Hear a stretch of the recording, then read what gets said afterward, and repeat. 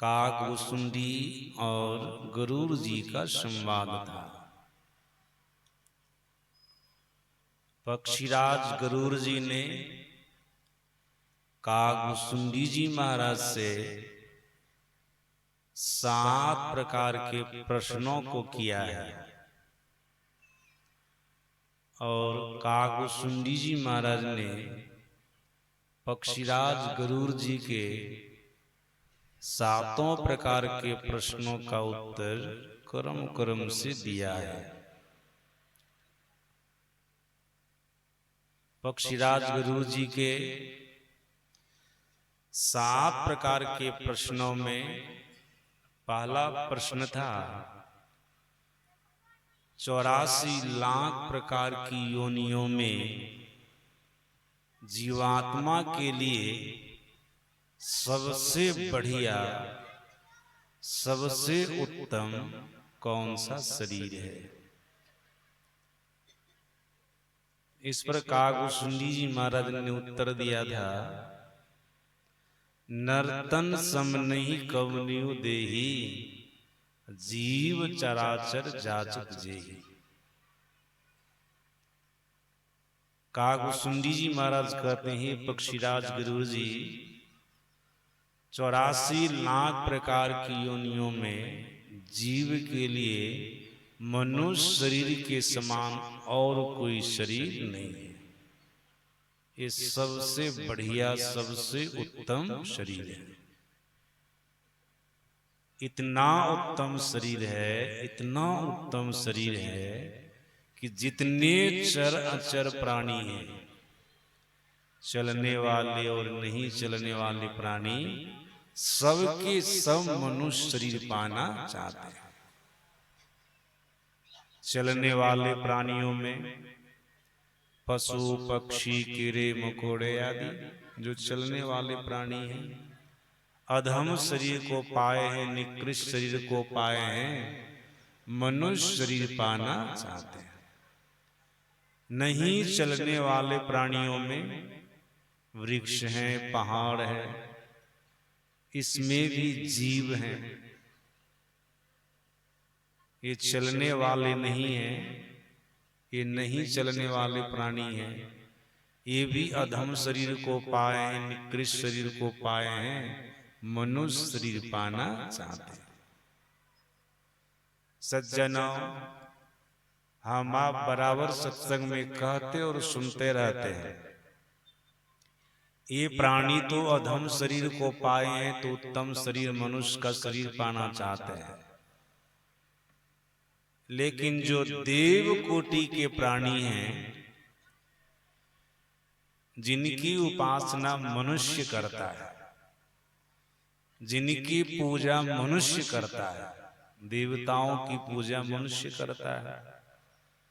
अभी भी छठ माँ की पूजा प्रारंभ, आज दिन से प्रारंभ देवी देवता की लोग पूजा करते हैं। हम लोगों के यहाँ सनातन धर्म में, वैदिक धर्म में ऐसा है, करते हैं लोग। जिन देवी देवताओं की पूजा मनुष्य करता है, वो भी मनुष्य शरीर पाना चाहते हैं। ऐसा मैं बोल रहा हूँ, सो बात नहीं, मैं तो केवल आप लोगों को सुना रहा हूं। ऐसा कहने वाले मर्यादा पुरुषोत्तम भगवान श्री राम है। उनकी वाणी में बराबर सुनते ही रहते हैं, बड़े भाग मानुष तन पावा, सुर दुर्लभ सब ग्रंथि गावा। अपनी प्रजाओं को सुनाए थे भगवान श्री राम की, प्रजाओं, आप लोगों को जो मनुष्य का शरीर मिला है, आप लोग कहने का मतलब शरीर से नहीं है, शरीरी से है, मतलब चेतन आत्मा से है, जीवात्मा से है।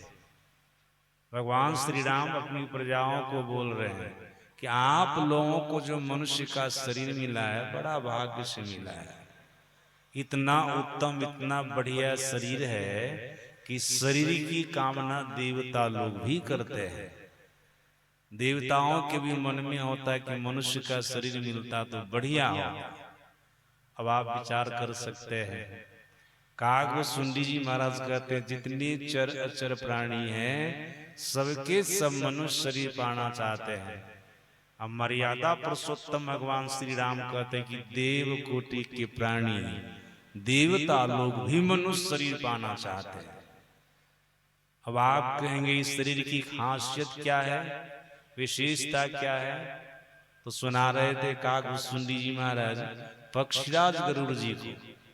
आप लोग पाठ में सुने होंगे, कितना बढ़िया से सुना रहे थे काकभुसुंडी जी महाराज पक्षीराज गरुड़ जी को। नरक स्वर्ग अपवर्ग निसेनी ज्ञान विराग भगति सुख देने, ये खासियत है मनुष्य शरीर की। ये व्यवस्था मनुष्य शरीर के अलावा और किसी शरीर में नहीं है। क्या कह रहे हैं काकभुसुंडी जी महाराज? मनुष्य का शरीर नरक में जाने की सीढ़ी है, स्वर्ग में जाने की सीढ़ी है और अपवर्ग में जाने की सीढ़ी है। मनुष्य शरीर के अंदर में रहकर आप आध्यात्मिक ज्ञान लाभ कर सकते हैं, जिस ज्ञान से आपको मोक्ष मिलेगा, मुक्ति मिलेगी, परमात्मा मिलेंगे। आप मनुष्य शरीर में रहकर संसार के विषयों से, प्रपंचों से विरक्त हो सकते हैं। आप मनुष्य शरीर में रहकर ईश्वर परमात्मा की भक्ति कर सकते हैं। मोटा मोटी समझ लीजिए, काकभुसुंडी जी महाराज पक्षीराज गरुड़ जी को कहते हैं जीव के लिए मनुष्य का शरीर संपूर्ण कल्याण का साधन है, संपूर्ण कल्याण का साधन है। सज्जना, काकभुसुंडी जी महाराज थोड़ा ये भी बता रहे थे, अगर कोई मनुष्य के शरीर में रह करके पाप कर्मों को करता है तो नरक चला जाता है। ऐसे जीव के लिए मनुष्य का शरीर नरक में जाने की सीढ़ी है। मनुष्य के शरीर में रह करके कोई शुभ कर्मों को करता है, अच्छे कर्मों को करता है, स्वर्ग चला जाता है। फिर मनुष्य के शरीर में रह करके कोई ईश्वर परमात्मा की भक्ति करता है, तब वर को, मोक्ष को पा सकता है, मुक्ति को पा सकता है। तो सज्जना, नरक तो कोई पसंद नहीं करता है, इसलिए मनुष्य शरीर में रह करके बुरा कर्म नहीं करें। स्वर्ग सबको पसंद है, इसलिए शुभ कर्म करें। लेकिन स्वर्ग का भी सुख जीव के लिए सदा के लिए नहीं होता है। मर्यादा पुरुषोत्तम भगवान श्री राम ने कहा स्वर्ग स्वल्प अंत दुखदाई। जीव के लिए स्वर्ग का सुख स्वल्प होता, थोड़े समय तक के लिए होता है। जब तक पुण्य की पूंजी है तब तक के लिए होता है। जब पुण्य की पूंजी खत्म हो जाती है तब स्वर्ग से उसको नीचे गिरना पड़ता है। लेकिन चलिए, स्वर्ग सुख का स्थान है तो शुभ कर्म कीजिए, नरक दुख का स्थान है तो अशुभ कर्म नहीं कीजिए। अशुभ कर्म करेंगे, नीच कर्म करेंगे तो नरक चले जाएंगे, शुभ कर्म करेंगे तो स्वर्ग चले जाएंगे।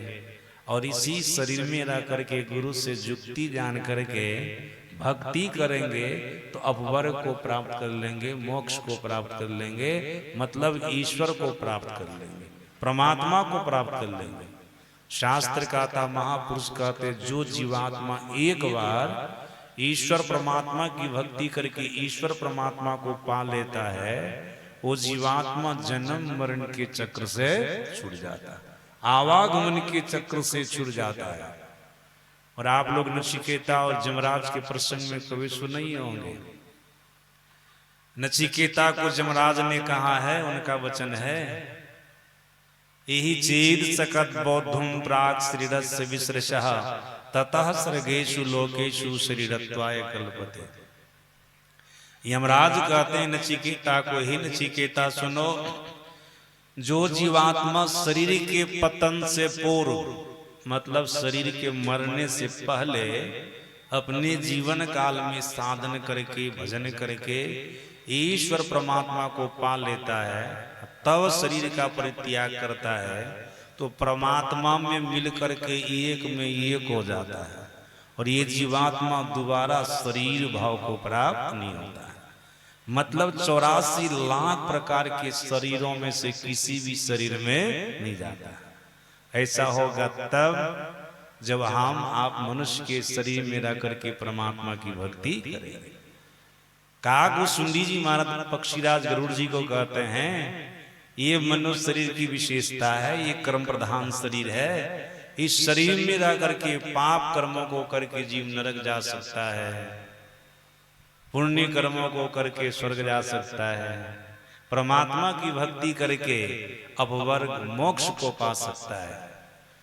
सज्जनों मनीषियों ने महापुरुषों ने कहा मनुष्य एक विवेकशील प्राणी होता है। आप लोग इन बातों को सुन लिए ना, अब थोड़ा अपना विवेक लगाई हमको करना क्या है। नरक में जाने का मन है तो दिन रात पाप कर्म करते रहिए, स्वर्ग में जाने का मन है तो केवल सत्कर्म करते रहिए। अगर जन्म मरण के चक्र से छूटना चाहते हैं तो अपने जीवन में ईश्वर परमात्मा की भक्ति कीजिए। विचार कीजिए करना क्या है। ये साधन धाम मोक्ष करी द्वारा मर्यादा पुरुषोत्तम भगवान श्री राम ने कहा था मनुष्य का शरीर सभी साधनों का घर है और इसमें मोक्ष का द्वार है। सभी साधन कहने का मतलब सभी व्यवस्था, यही व्यवस्था। आप पाप कर्मों को करके नरक जा सकते हैं, पुण्य कर्मों को करके स्वर्ग जा सकते हैं, परमात्मा की भक्ति करके परमात्मा को पा सकते हैं, जन्म मरण के चक्र से छूट सकते हैं। आप विवेकशील प्राणी हैं मनुष्य, विचार कीजिए हमको करना क्या है। सज्जना कागभूषुंडी जी महाराज पक्षीराज गरुड़ जी को कहते हैं ये विशेषता है मनुष्य शरीर की। यही कारण है कि जितने चर अचर प्राणी हैं सबके सब मनुष्य शरीर पाना चाहते हैं। यहाँ तक कि देव कोटि के प्राणी भी मनुष्य शरीर पाना चाहते हैं।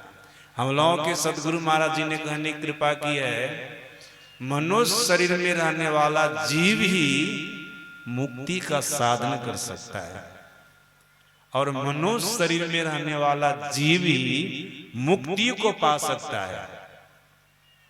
केवल नर ही तन से मुक्ति को पावहो याते यह तन दुर्लभ मुक्ति कमावो। सदगुरु महाराज जी कहते हैं कारण मुक्ति का द्वार, मोक्ष का द्वार 84 लाख प्रकार के शरीरों में एकमात्र मनुष्य शरीर के अंदर है।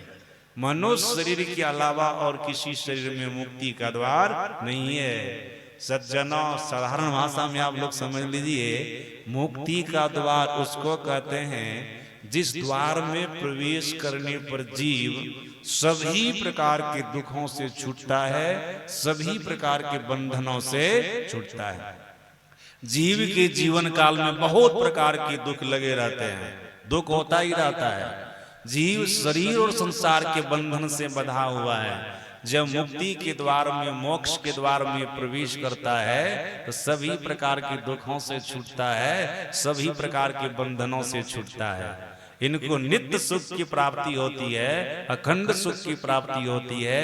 ये व्यवस्था केवल और केवल मनुष्य शरीर में है, मनुष्य शरीर के अलावा और किसी शरीर में नहीं है।